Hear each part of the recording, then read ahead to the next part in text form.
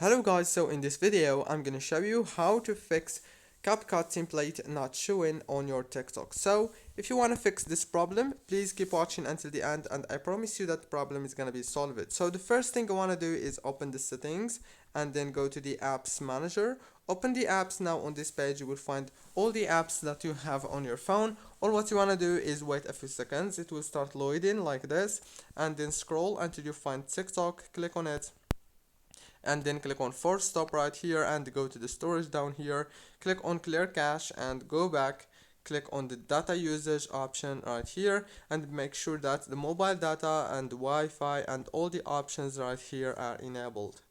After you make sure to do this, now go back to the home page and open the Play Store. If you have Android, search for TikTok and then click on update, and if you have the iPhone you can do the same thing in the App Store. Don't forget to like, subscribe. Thank you so much for watching until the end.